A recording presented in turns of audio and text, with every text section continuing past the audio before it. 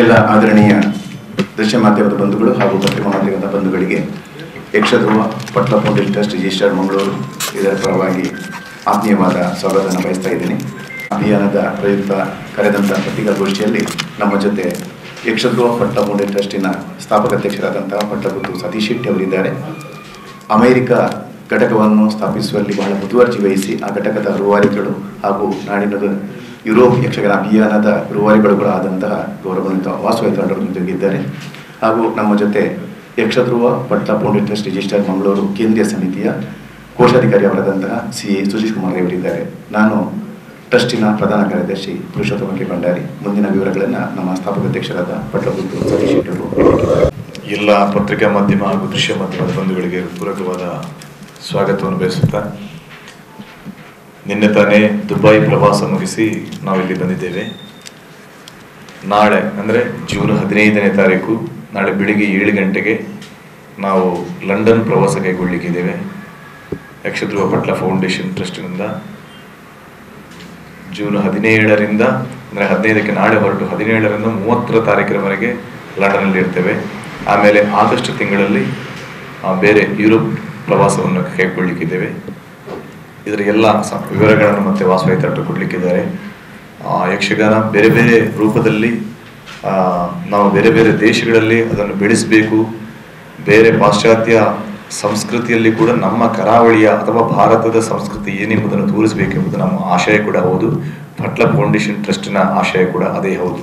ಆದ ಕಾರಣ ಯಕ್ಷಗಾನವನ್ನು ಬೆಳೆಸುವ ನಿಟ್ಟಿನಲ್ಲಿ ಬೇರೆ ಬೇರೆ ದೇಶದಲ್ಲಿ ಯಕ್ಷಗಾನ ಕಾರ್ಯಕ್ರಮಗಳನ್ನು ಹಮ್ಮಿಕೊಂಡು ಅಲ್ಲಿಯವರನ್ನು ಇದಕ್ಕೆ ಆಕರ್ಷಿಸಬೇಕೆಂಬುದು ನಮ್ಮ ಮೂಲ ಉದ್ದೇಶ ಕೂಡ ಆಗಿದೆ. ಇದರಲ್ಲಿ 9 ಜನ ನಾವು ಒಟ್ಟು ತಂಡದಲ್ಲಿ ನಾವು ಪ್ರವಾಸ ಕೈಗೊಳ್ಳಲಿಕ್ಕಿದ್ದೇವೆ. ಮುಖ್ಯವಾಗಿ ಇದರ ರೂವಾರಿಗಳು ಪುರುಷೋತ್ತಮ ಭಂಡಾರಿಗಳು ಹೇಳಿದ ಹಾಗೆ ಅಮೆರಿಕದ ಪ್ರವಾಸದ ರೂವಾರಿ ಆಗಲಿ, ನಮ್ಮ ಈ ಯುರೋಪ್ನ ಪ್ರವಾಸದ ರೂವಾರಿಗಳಾಗಲಿ, ಪಣಂಬೂರು ವಾಸುವೈತಾಳರು, ಇವರು ಅಮೆರಿಕದಲ್ಲಿ ಉದ್ಯೋಗಿಯಾಗಿದ್ದರು. ಈಗ ರಿಟೈರ್ಡ್ ಆಗಿ ಊರಲ್ಲೇ ಇದ್ದಾರೆ. ಆದರೂ ಕೂಡ ನಮ್ಮ ಜೊತೆ ಯಕ್ಷಗಾನದ ದೊಡ್ಡ ಅಭಿಮಾನಿ ಹೌದು, ನಮ್ಮ ಫೌಂಡೇಶನ್ನ ಬಹಳ ಆತ್ಮೀಯರು ಹೌದು.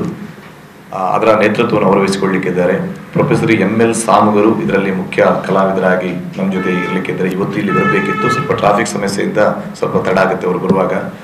ಅನಂತರ ನಾನು ಪಟ್ಲ ಸತೀಶ್ ಶೆಟ್ಟಿ, ಪದ್ಮನಾಭ ಉಪಾಧ್ಯಾಯರು, ಚೈತನ್ಯ ಕೃಷ್ಣ ಪದ್ಯಾಣ, ಚಂದ್ರಶೇಖರ ಪೂಜಾರಿ ಧರ್ಮಸ್ಥಳ, ಮತ್ತು ಮೋಹನ್ ಪೂಜಾರಿ ಬೆಳ್ಳಿಪಾಡಿ, ಪ್ರಶಾಂತ್ ಶೆಟ್ಟಿ ನೆಲ್ಲಿಯಾಡಿ, ಮಹೇಶ್ ಮುಣಿಯಾಣಿ, ಇಷ್ಟು ಜನ ಕಲಾವಿದರು, ಟೋಟಲ್ 9 ಜನ ಕಲಾವಿದರು ಈ ಪ್ರವಾಸವನ್ನು ಕೈಗೊಳ್ಳಲಿಕ್ಕಿದ್ದೇವೆ.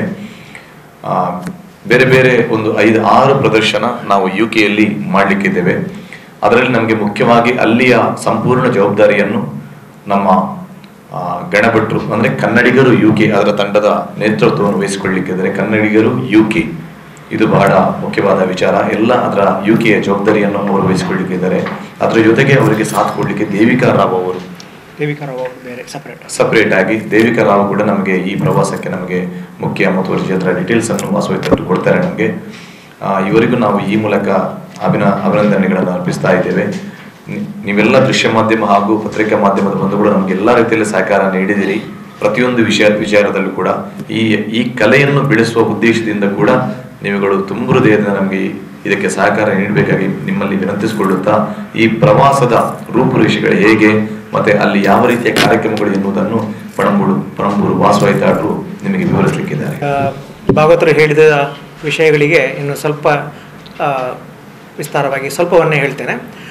ಈ ಪ್ರವಾಸದಲ್ಲಿ ಏನು ವೈಶಿಷ್ಟ್ಯತೆ ಅಂತ ಹೇಳಿದರೆ, ವಿದೇಶಕ್ಕೆ ಹೋಗಿ ಯಕ್ಷಗಾನ ನಾವು ನಮ್ಮ ಕನ್ನಡಿಗರಿಗೆ ಮಾಡುವುದು ಒಂದು ರೀತಿಯಾದರೆ, ಈ ಪ್ರವಾಸದಲ್ಲಿ ನಾವು ಮಾಡ್ತಾ ಇರುವ ಅರ್ಧವಾಸಿ ಕಾರ್ಯಕ್ರಮಗಳು ಕನ್ನಡೇತರರಿಗೆ ಅಂದರೆ ಲಂಡನರಿಗೆ, ಅಲ್ಲಿಯ ಬ್ರಿಟಿಷರಿಗೆ, ಅಲ್ಲಿಯ ಪ್ರಜೆಗಳಿಗೆ ಅದು ಹೇಗಾಯಿತು ಅಂತ ಹೇಳಿದರೆ, ಅಲ್ಲಿಯ 2 ಮಹಾವಿದ್ಯಾಲಯಗಳು ಅಂತ ಹೇಳಿದರೆ ಡುರಾಮ್ ಯೂನಿವರ್ಸಿಟಿ ಮತ್ತು ಯೂನಿವರ್ಸಿಟಿ ಆಫ್ ಲೀಡ್ಸ್, ಇದು 2 ಯೂನಿವರ್ಸಿಟಿಯವರು ಅವರ ಯೂನಿವರ್ಸಿಟಿಗಳಲ್ಲಿ ಈ ರಂಗಭೂಮಿ ಆಸಕ್ತರಿಗೆ ಹಾಗೂ ನೃತ್ಯ ಆಸಕ್ತರಿಗೆ, ಬೇರೆ ಬೇರೆ ಕಲೆಯ ಆಸಕ್ತರಿಗೆ ನಮ್ಮ ಹತ್ರ ಒಂದು ವರ್ಕ್ಶಾಪ್ ಮಾಡಲಿಕ್ಕೆ ಹೇಳಿದ್ದಾರೆ ಅಂತ ಹೇಳಿದರೆ, ಅದೊಂದು ಕಾರ್ಯಾಗಾರದ ಹಾಗೆ.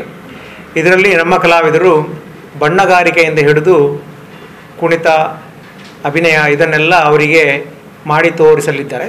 ಇದು ಯಕ್ಷಗಾನಕ್ಕೊಂದು ದೊಡ್ಡ ಹೆಮ್ಮೆಯ ವಿಷಯ. ಯಾಕೆ ಅಂತ ಹೇಳಿದರೆ, ನಾವು ಪಾಶ್ಚಾತ್ಯರಿಗೆ ನಮ್ಮ ಕಲೆ ಇದು ಒಂದು ಸಂಪೂರ್ಣ ರಂಗಭೂಮಿ.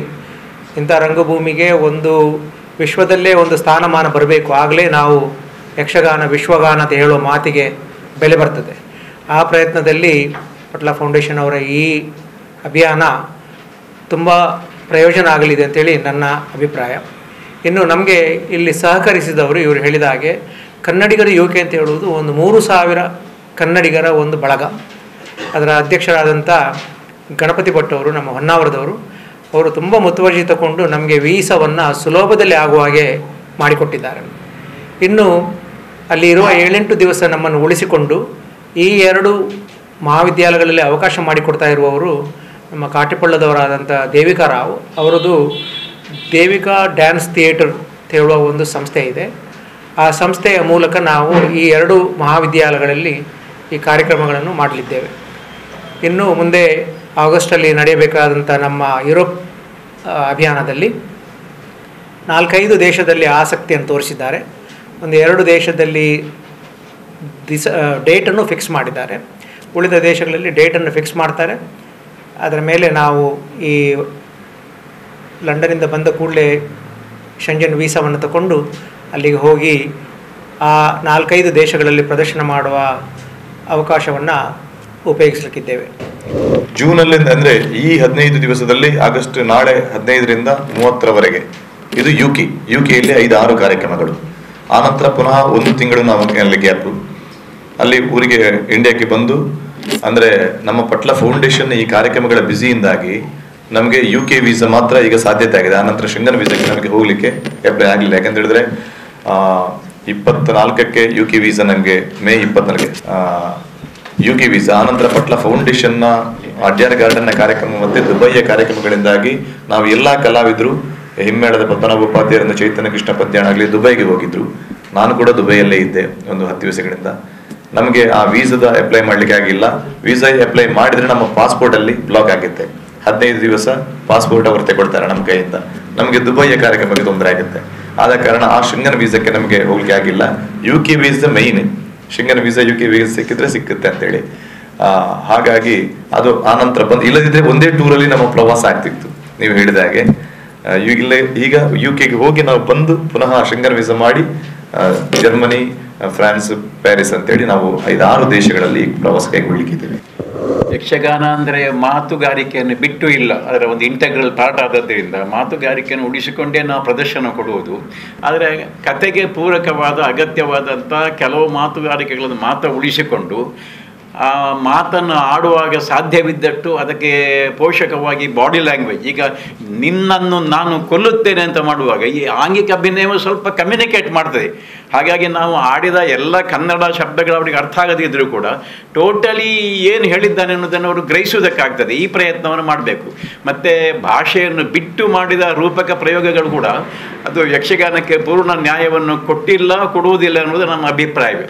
ಮತ್ತು ಲೆಕ್ಚರ್ ಡೆಮಾನ್ಸ್ಟ್ರೇಷನ್ ನೋಡುವಾಗ ಅವರ ಅಗತ್ಯವನ್ನು ನೋಡಿ, ಅವರ ಆಸಕ್ತಿಯನ್ನು ಅಲ್ಲಿ ನಾವು ಹೋಗಿ ನೋಡಬೇಕಾಗ್ತದೆ. ನೋಡಿ ಮುಖವರ್ಣಿಕೆಯಲ್ಲಿ, ಯಾಕಂದರೆ ಕೆಲವರು ಪೇಂಟಿಂಗ್ನಲ್ಲಿ ಆಸಕ್ತಿ ಇರುವವರು ಇದ್ದಾರೆ ಅಂತ ಹೇಳಿದ್ದಾರೆ. ಹಾಗಾಗಿ ಮುಖವರ್ಣಿಕೆಯಲ್ಲಿ ಅಲ್ಲಿ ಇರ್ತಕ್ಕಂಥ ಡೆಮಾನ್ಸ್ಟ್ರೇಷನ್ಗೆ ಬಂದವರಿಗೆ ಆಸಕ್ತಿ ಉಂಟು ಅಂತಾದರೆ ಯಕ್ಷಗಾನದ ಬೇರೆ ಬೇರೆ ಬಗೆಯ ಮುಖವರ್ಣಿಕೆಯನ್ನು ಮಾಡಿ ತೋರಿಸುವುದು ಅವರ ಆಸಕ್ತರಿಗೆ. ಅಲ್ಲ, 1-2 ಕಡೆಯಲ್ಲಿ ಡ್ಯಾನ್ಸ್ನಲ್ಲಿ ಆಸಕ್ತಿಯ ಪ್ರೇಕ್ಷಕರಿದ್ದಾರೆ ಅಂತಲ್ಲಿ ನಮಗೆ ಸೂಚಿಸಿದ್ದಾರೆ. ಅಂಥವರಿಗೆ ನಮ್ಮ ಯಕ್ಷಗಾನದ ಕುಣಿತದ ವೆರೈಟಿ, ಹೆಜ್ಜೆಗಾರಿಕೆ ವೆರೈಟಿ, ವೇಷ ಸಹಿತವಾಗಿ ವೇಷ ಇಲ್ಲದೆಯೂ ತೋರಿಸಿ ಯಕ್ಷಗಾನ ಅಂದರೆ ಸುಮಾರು ಹೀಗಿರ್ತದೆ ಅಂತ. ಮತ್ತು ಯಾವ ಪ್ರಸಂಗ ಅಂತ ಹೇಳಿದರೆ, ನಾವು ಒಟ್ಟು ಮುಮ್ಮೇಳದ ಕಲಾವಿದರಿರುವುದು 5 ಜನ, ಅಷ್ಟು ಜನಕ್ಕೆ ಈಗ ವೀಸಾ ಸಿಕ್ಕಿದ್ದು. ಮತ್ತು ಹೆಚ್ಚು ಒಂದು 10-12 ಜನದ ತಂಡ ಹೋಯ್ದವೆ ಅಂತಾದರೆ ಒಂದು ಎಲ್ಲರ ಮನಸ್ಸಿಗೆ ತೃಪ್ತಿಯಾಗುವ ಎಲ್ಲ ವೇಷ ವೈವಿಧ್ಯಗಳನ್ನು ಕೂಡಿಕೊಂಡಂಥ ಪ್ರದರ್ಶನ ಕೊಡಲಿಕ್ಕೆ ಸಾಧ್ಯ ಆಗ್ತದೆ. ಆದ್ದರಿಂದ ಇದರಲ್ಲೇ ಕೆಲವರು 2 ವೇಷ ಮಾಡೋದು, 3 ವೇಷ ಮಾಡೋದು, ಹೀಗೆಲ್ಲ ಸುಧಾರಿಸಿಕೊಂಡು ಸಾಧ್ಯವಿದ್ದಟ್ಟು ಯಕ್ಷಗಾನದ ಎಸೆನ್ಸನ್ನು, ಅದರ ಮುಖ್ಯ ಅಂಶ ಏನನ್ನೋದನ್ನು ವಿದೇಶಿಯರಿಗೆ, ಮುಖ್ಯವಾಗಿ ನೋಡುವಂಥ ಪ್ರೇಕ್ಷಕರಿಗೆ ನಾವು ಕೊಡಬೇಕು ಅಂತ ಇಚ್ಛಿಸಿದ್ದೇವೆ. ನಮ್ಮ ಪ್ರಯತ್ನವನ್ನು ನಾವು to the best of our ability ಮಾಡ್ತೇವೆ ಅಂತ ನಮಗೊಂದು ಆತ್ಮವಿಶ್ವಾಸ.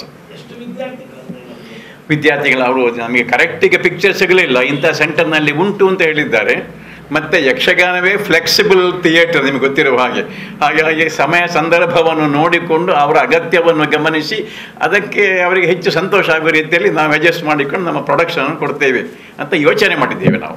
ಯಕ್ಷಗಾನ ಬೆಳೆಸೋದಂತ ಹೇಳಿದರೆ, ನಾನು ಹಾಗೆ ಹೇಳಿದ ಹಾಗೆ ನಿನ್ನೆಲ್ಲ ಮೊನ್ನೆ ತಾನೇ ದುಬೈಯಲ್ಲಿ ಪಟ್ಲ ಫೌಂಡೇಶನ್ನ ಕಾರ್ಯಕ್ರಮ ಆಯಿತು. ಅದರಲ್ಲಿ ತಾವುಗಳು ಗಮನಿಸಿರ್ಲಿಕ್ಕೂ ಸಾಕು, ಇಲ್ಲಿಯ ಎಲ್ಲ ಯಕ್ಷಗಾನದ ಕಲಾವಿದರುಗಳು ಕಲಾಭಿಮಾನಿಗಳು ಸಾಧಾರಣ ಒಂದು 75% ಕೂಡ ಆ ಕಾರ್ಯಕ್ರಮವನ್ನು ನೋಡಿದ್ದಾರೆ. ಎಲ್ಲ 5 ವರ್ಷದ ಮಕ್ಕಳಿಂದ ಹಿಡಿದು 50 ವರ್ಷದ ಯುವಕರವರೆಗೆ ಅಲ್ಲಿ ಯಕ್ಷಗಾನವನ್ನು ಮಾಡಿದ್ದಾರೆ. ಎಲ್ಲ ಸುಮಾರು ಒಂದು ಪ್ರದರ್ಶನದಲ್ಲಿ 130 ವೇಷಗಳು, 7 ಗಂಟೆಯ ಪ್ರಸಂಗ, 130 ವೇಷಗಳಿತ್ತು.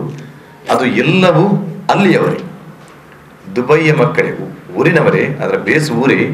ಆದರೂ ಕೂಡ ಅದು ಆ ಮಕ್ಕಳು ಯಾವತ್ತೂ ಯಕ್ಷಗಾನದ ಆಚೆ ತಲೆ ಹಾಕಿ ಮಲಗುವವರಲ್ಲ. ಅಂದರೆ ಅಲ್ಲಿಯೇ ಕಲಿತವರಿಗೆ ಕನ್ನಡ ಅಂದರೆ ಏನು ಅಂತ ಗೊತ್ತಿಲ್ಲ. ಮನೆಯಲ್ಲಿ ತುಳು ಮಾತಾಡ್ತಾರೆ ಅಷ್ಟೇ. ಅವರಿಗೆಲ್ಲ ಇಂಗ್ಲಿಷ್ ಮೇಯ್ನ್ ಆಗಿ, ಹಿಂದಿಯು ಕರೆಕ್ಟಾಗಿ ಗೊತ್ತಿಲ್ಲ ಈ ಟೈಪಲ್ಲಿ. ಅಂಥ ಮಕ್ಕಳು ಕನ್ನಡವನ್ನು ಇಂಗ್ಲೀಷಲ್ಲಿ ಬರೆದು ಅಷ್ಟು ಸ್ಪಷ್ಟವಾಗಿ ಉಚ್ಚಾರಗಳನ್ನು ಮಾಡಿಕೊಂಡು ಯಕ್ಷಗಾನವನ್ನು ಪ್ರದರ್ಶನವನ್ನು ಮಾಡಿದ್ದಾರೆ. ಅದು ಇಡೀ ದಶಾವತಾರ ಪ್ರಸಂಗ. ಒಂದು ನಮ್ಮ ಪೌರಾಣಿಕ ಮೇಳ, ಇವಾಗ ಕಟೀಲ ಮುಂದಾರ್ತಿ ಇಂಥ ಮೇಳಗಳನ್ನು ನಾವು ತಗೊಂಡ್ರೆ, ಪಾವಂಜಿ ಇಂಥ ಮೇಳಗಳನ್ನು ನಾವು ತಗೊಂಡ್ರೆ, ಒಂದು ಪೌರಾಣಿಕ ಮೇಳವನ್ನು ಯಾವ ರೀತಿ ಪ್ರದರ್ಶಿಸಬಹುದೋ ರಾತ್ರಿಯಿಂದ ಬೆಳಕಿನವರೆಗೆ ಅಂತ ಇಡೀ ಪ್ರಸಂಗ, ದಶಾವತಾರ ಪ್ರಸಂಗವನ್ನು ಆ ಮಕ್ಕಳಲ್ಲಿ ಮಾಡಿ ತೋರಿಸಿದ್ದೇವೆ. ಇದು ಪಟ್ಲ ಪೂರ್ವರಂಗ ಸಹಿತವಾಗಿ ಚೆನ್ನಾಗಿ ಮಾಡಿದ್ದಾರೆ. ಬಹಳ ಭಾರಿ ಮೆಚ್ಚುಗೆ ಅದರಲ್ಲಿ ಗಳಿಸಿದ್ದಾರೆ.